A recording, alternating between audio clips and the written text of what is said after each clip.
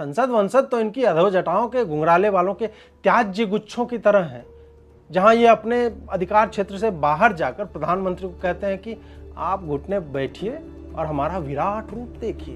प्रधानमंत्री भाव विह्वल होकर अश्रुपूरित नयनों से ज्ञान का एक एक कण अपने कान में समाहित कर लेते हैं जब न्यायाधीश कहते हैं कि हे पार्थ, नरों में इंद्र तो मैं हूं, यह चर अचर कृषि और खालिस्तानी, ये आम नागरिक और सीए विरोधी, जामिया और जेएनयू सब तो मेरे ही आदेशों से चलते हैं। मैं ही तो हूं जो हवाओं की गति, जल को नमी, आग को ऊष्मा, आकाश को विस्तार और भूमि को आकार देता हूं, और जो मेरे विरोध में उठते हैं वो सब मेरे ही बनाए कॉलेजियम नियमों के जाल और कंटेम्प्ट की चाबुक में ऐसे फंसते हैं कि उन्हें मैं एट माई फकिंग विल परेशान करता रह सकता हूं। आप गरीब हैं तो जेल में सड़ते रहिए, अमीर हैं तो चिंकारा मारकर फुटपाथ पर सोते हुए लोगों के ऊपर गाड़ी चढ़ाकर पूरी न्यायिक व्यवस्था को अपने लिंग के अग्रभाग पर बिठाकर घूमते रहिए, कोई कुछ नहीं कहेगा।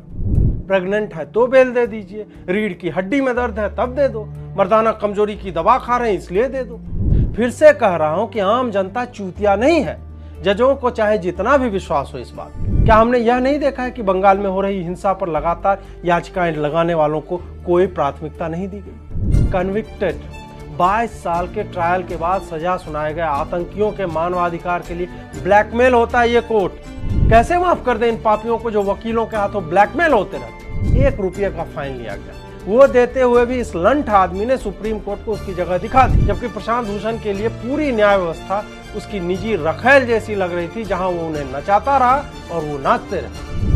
10 हिंदुओं को जला दो, घर आकर बीवी के साथ सेक्स कर लो, 4 महीने बाद बीवी पेट लेकर कोर्ट में पहुंच जाएगी और बच्चे पालने के लिए एक अपराधी को बेल मिल जाएगी। इलाहाबाद हाईकोर्ट के बारे में प्रचलित है कि आपके पास पैसा है और आप केस हार गए तो आपके वकील से बड़ा चूतिया धरती पर कोई नहीं। कोई ब्लैक लेवल और 2.5 लाख लेकर मानता है, किसी को किसी और तरह के मनोरंजन की दरकार रहती है, कुछ लोग काइंड में ज़्यादा ट्रांजैक्शन करते हैं। यह एक घटिया और अश्लील मजाक है कि एक सामान्य बेंच एक संवैधानिक मामले पर निष्पक्षता दिखाने के लिए यूनिफॉर्म के भीतर उस जज की धार्मिक पहचान पर खेल खेलती है। इसका संदेश तो सिर्फ यही गया कि सुप्रीम कोर्ट के जज भी यह समझते हैं कि हिंदू जज मुस्लिम मामलों में अन्याय कर बैठे। अगली बार पता चलेगा कि 5 जज की बेंच में वैरायटी या डाइवर्सिटी नहीं है तो एक लेस्बियन, एक अफ्रो अमेरिकन, एक चाइनीज, एक अविवाहित, एक ताओ धर्म का, एक हरे पीले बालों वाला, एक आदिवासी, एक दलित, एक महादलित, एक महावोक feminist ultra pro max with 7 camera and 8 K recording ability,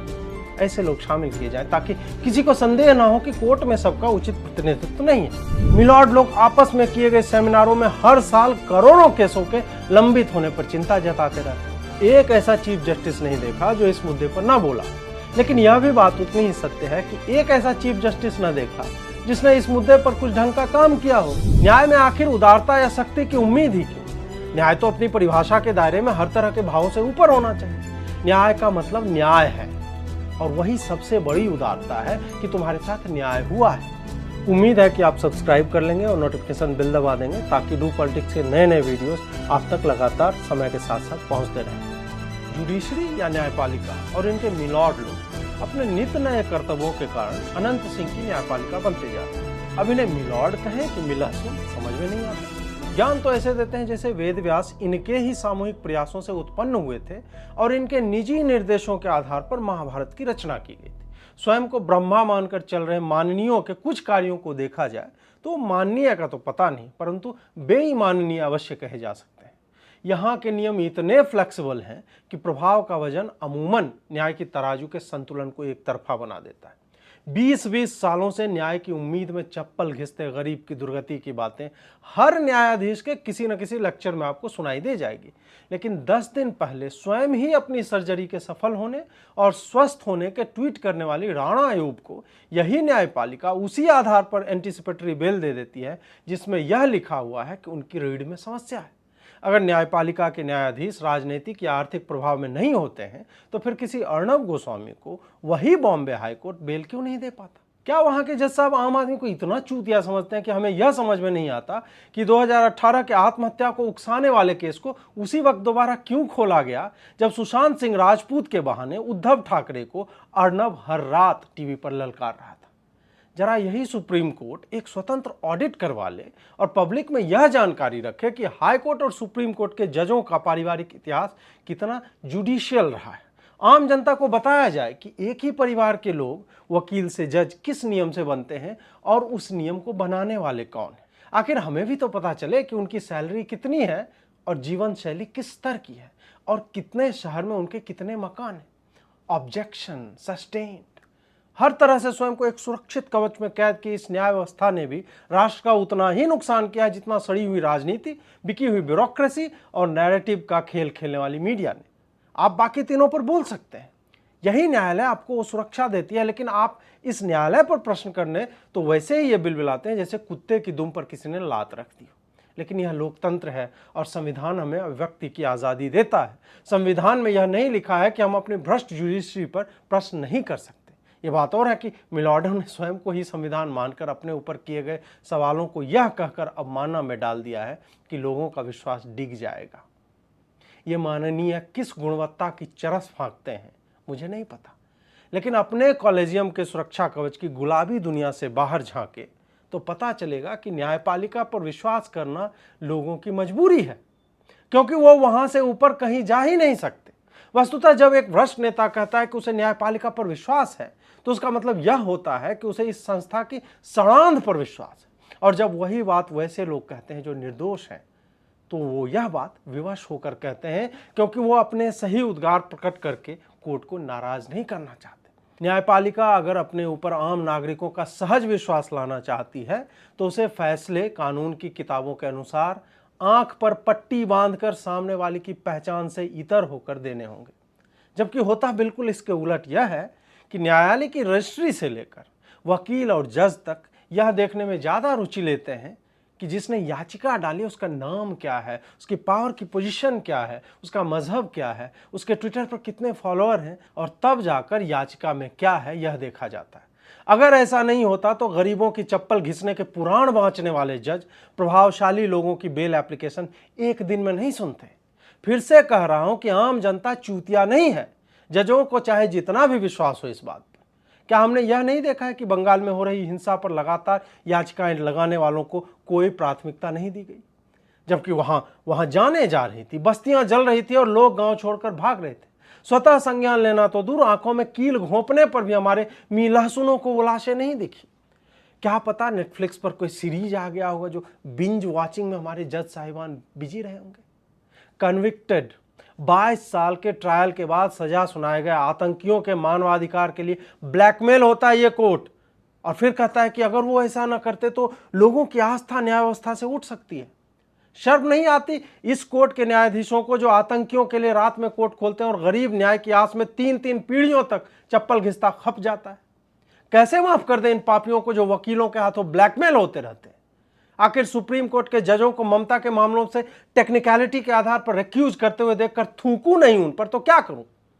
क्या संदेश दे रहे हैं आप जनता को कि किसी खास राज्य के जजों से हम निष्पक्षता की उम्मीद ना करें, या फिर यह कि लाशों की कतार लगाने वाली सत्ता और बदले की भावना से किए गए बलात्कारों की राजधानी बन चुके प्रदेश की मुख्यमंत्री से आपको डर लगता है, आपकी फटती है।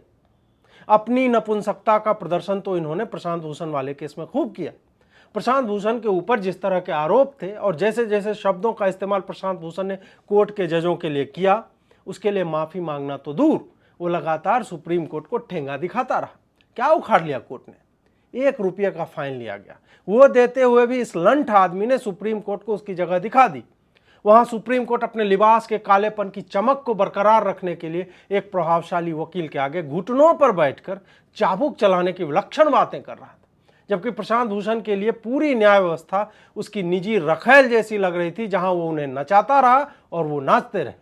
मीडिया में बयान आया कि इसमें सजा देने से कोर्ट की गरिमा गिर जाएगी, फिर अपने नाम में से न्यायालय हटवा लो और गरिमाना करवा लो। न्याय वह है जहां ज्ञान और प्रभाव के स्तर को देखकर एक ही अपराध के लिए समानुपातिक दंड का प्रावधान होता है। यहां उल्टा है। आप गरीब हैं तो जेल में सड़ते रहिए, अमीर हैं तो चिंकारा मारकर फुटपाथ पर सोते हुए लोगों के ऊपर गाड़ी चढ़ाकर पूरी न्यायिक व्यवस्था को अपने लिंग के अग्रभाग पर बिठाकर घूमते रहिए, कोई कुछ नहीं कहेगा। प्रेग्नेंट है तो बेल दे दीजिए, रीढ़ की हड्डी में दर्द है तब दे दो, मर्दाना कमजोरी की दवा खा रहे हैं इसलिए दे दो। मतलब बेल ना हुआ घंटा हो गया कि जो चाहे बजाकर निकल लेता है। ये तो बड़ी अच्छी व्यवस्था हो गई है कि अपराध करके सेक्स कर लो, माँ बने तो प्रेगनेंसी का हवाला दो, बाप बने तो कहो कि बच्चे की माँ का ध्यान रखना है, घर में 2 ही लोग हैं। और आप यह मानकर चलिए कि एक जज जो मोटिवेटेड हो वो आपको पिता बनने के नाम पर मानवीय आधार पर बेल दे देगा, वहीं दूसरा जज उसी व्यक्ति को यह कहकर बेल नहीं देगा कि अपराध करते वक्त सोचना चाहिए कि आगे बच्चे होंगे तो उसका ख्याल कौन रखेगा। बेल अगर एक अधिकार है, जैसा कि कई बार कोर्ट ने कहा है, तो फिर वो अधिकार हर मामले में सब्जेक्टिव क्यों हो जाता है? या तो सबको दो और कहो कि जेल भरे हुए हैं, अभियुक्त घर में रहे और तारीख पर पेश होता रहे, या फिर जो नियम हैं, चाहे बेल फाइल करने के हों, सुनवाई के हों, बेल देने के हों, वो सब पर समान रूप से लागू हों। लेकिन नहीं, जैसा माहौल है और जिस मीडिया के दबाव में न्यायपालिका कार्य करती है, उसमें अपराधियों का संभोग करना सबसे अच्छा मार्ग दिखता है। 10 हिंदुओं को जला दो, घर आकर बीवी के साथ सेक्स कर लो, 4 महीने बाद बीवी पेट लेकर कोर्ट में पहुंच जाएगी और बच्चे पालने के लिए एक अपराधी को बेल मिल जाएगी। क्यों? क्योंकि उसके वकील ने मानवाधिकारों की बात से शुरू किया और कोर्ट को एकदम फ्लावरी लैंग्वेज में उसकी जिम्मेदारी का एहसास दिलाया। कोई बुढ़ा है, स्वयं को कवि कहता है, तब उसके लिए उदारता की मांग उठती है। न्याय में आखिर उदारता या शक्ति की उम्मीद ही क्यों? न्याय तो अपनी परिभाषा के दायरे में हर तरह के भावों से ऊपर होना चाहिए। न्याय का मतलब न्याय है, और वही सबसे बड़ी उदारता है कि तुम्हारे साथ न्याय हुआ है। यहां वकील से लेकर जज तक इस बात पर टाइम पास करते रहते हैं कि वो तो कवि है, प्रधानमंत्री की हत्या की योजना बना रहा था या दंगों में उसका हाथ था, तो उसका मार्मिक कविताओं के नाम पर उसकी अवस्था देखकर उसे छूट दी जाए, बेल दे दी जाए। क्यों? बाकी लोग जो चिंदी चिंदी मामलों में फंसे हुए हैं, अंडर ट्रायल हैं, घरों से दूर हैं, बेल के लिए जिनके पास पैसे या बड़े वकील नहीं हैं, वो क्या इन्हीं न्यायालयों की लाचारी के कारण अपनी सजा से ज्यादा समय अंडर ट्रायल होकर कैद में नहीं बिताते? ऐसा नहीं है कि माननीय और मीलासुन इन बातों को नहीं जानते, जानते हैं, और किसी रैंडम सेमिनार में चिंतित होते दिख जाते हैं। जी, चिंतित हो लिए, और क्या चाहिए? वहीं से खड़े होकर फैसला सुना दे क्या? एक जज चिंतित हो गया, पता है आपको कितना स्ट्रेस होता है? आपको घंटा पता नहीं है। एक मित्र के साथ की गई एक चर्चा याद आ गई जब उन्होंने अपना अनुभव जो है मेरे साथ साझा किया। सुप्रीम कोर्ट में हमारे एक मित्र किसी कार्यवश गए थे, बेल चाहिए थी। वकील साहब ने 8 लाख ले रखे थे और कहा था कि बेल तो बस मिल ही गई आपको। बेल नहीं मिली, पैसे भी वापस नहीं हुए। तो मित्रवर